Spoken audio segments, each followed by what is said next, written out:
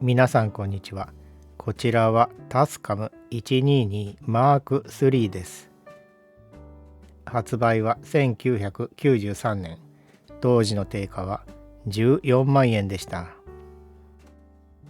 これはレコーディングスタジオや放送局で使われた業務用のデッキです。高い性能と優れた音質が評価されて、業界標準の地位を得ていました。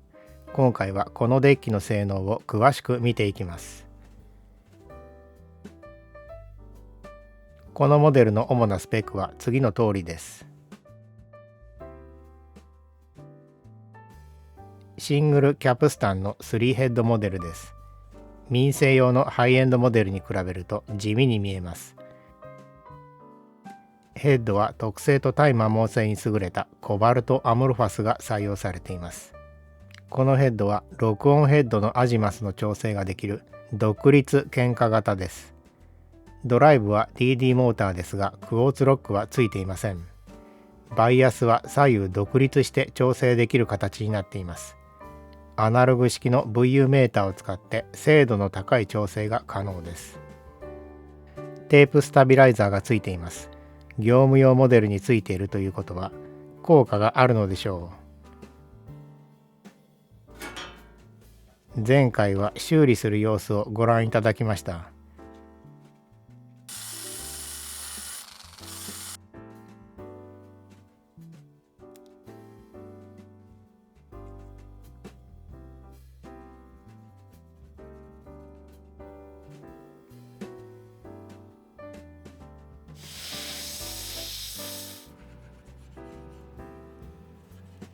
今回はこのデッキの性能を明らかにしていきます。今回の測定に使ったカセットテープはご覧の通りです。TDK の AD はノーマルの代表です。ソニーの HF Pro はセラミックを使ったノーマルテープの最高峰です。セラミックは変調ノイズを抑え込む対策でした。MAR はアルミダイキャストを使ったメタルテープの最高峰です。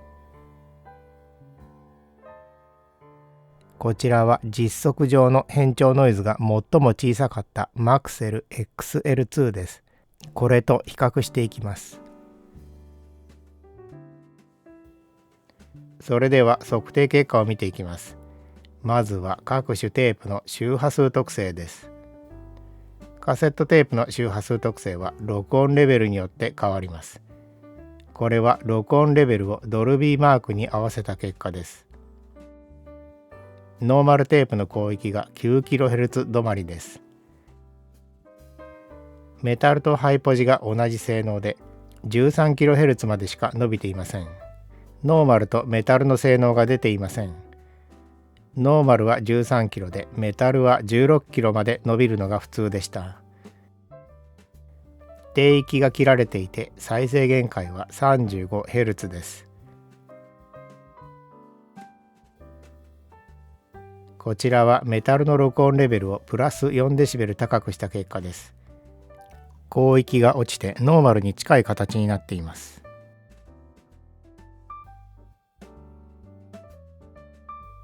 こちらはドルビーをかけた時の周波数特性の変化です。ドルビー B はなしの場合と変わりありませんが C も大きく変わらない結果です。これも今までと違う傾向です。変調ノイズを見ていきます。変調ノイズはカセットテープ再生の課題です。このノイズは走行が安定しているほど小さくなります。ダブルキャプスタンのデッキとちょっと傾向が違うようです。今まで優秀だったマクセル XL2 が他のテープと変わらない結果になっています。ノイズ自体の大きさはダブルキャプスタンと大差ありません。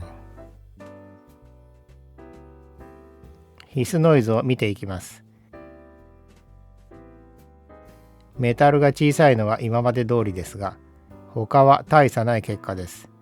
クロームテープのメリットが出ていません。ドルビーはよく効いていて、これまで調べた中では最も優秀です。こちらは音の揺らぎを分析した結果です。音の揺らぎには振幅方向と時間軸方向の2つがあります。時間軸方向の揺らぎのことをワウフラッターと言います。ワウフラッターがやや大きめです。聴覚限界以内に収まっていますが、変調ノイズに影響している可能性があります。振幅方向の揺らぎが 5.7% あります。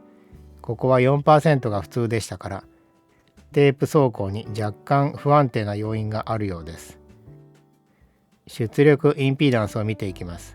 この数字が低いほど低音がよく伸びてノイズが乗りにくくなります。100オームです。業務用デッキだけあってかなり小さい値です。このぐらい低ければ相手に何をつないでも問題ないでしょう。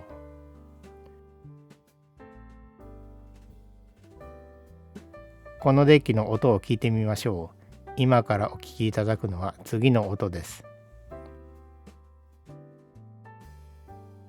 1番の原音は音楽ソースそのものです。YouTube の配信では CD 並みの音質になります。2番は今回のデッキの音です。3番は2番と同じ条件で録音した TIAC V8030S の音です。8030は民生用の高級機でしたが、値段は今回のデッキの3分の2です。果たして民生用の高級機と業務用のリファレンスでどのくらい音が違うのでしょう。それではお聞きください。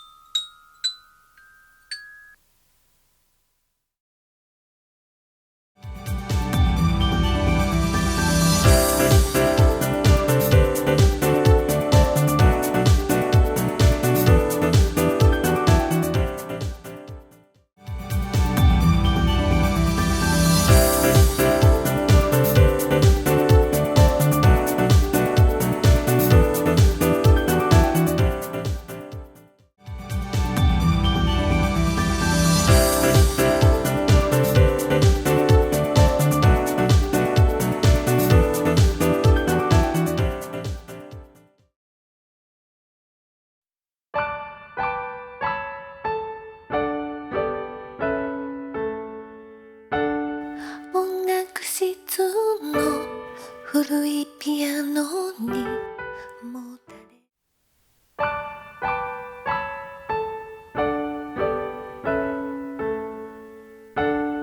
音楽室の古いピアノにもたれ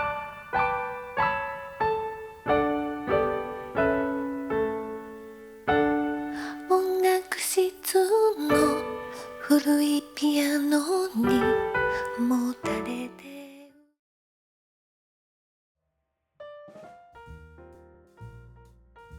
いかがでしたでしょう。音の違いについて気がついたことがあればお聞かせください。以上の結果をまとめると次の通りです。周波数特性もテープ走行も民生機に劣る性能でした。録音で広域が伸びない問題が見つかりましたが、今回は原因を特定できませんでした。このデッキには民生機には見られない豊富な再生機能がついています。業務用では音質よりもこのような機能が必要だったかもしれません。このデッキは2台から3台のセットで使われるのが普通だったようです。私が入手したのはその中の1台でした。業務用のカセットデッキが具体的にどんな使われ方をしていたのか情報がありません。ご存知の方が見えましたらコメントいただけると嬉しいです。ご視聴ありがとうございました。